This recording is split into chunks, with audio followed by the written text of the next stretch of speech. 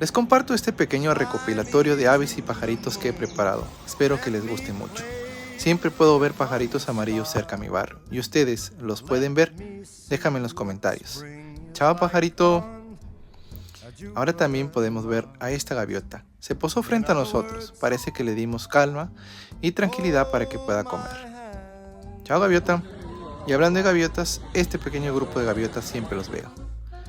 Las palomitas en el parque, también, siempre bañándose. Ellas son muy limpias.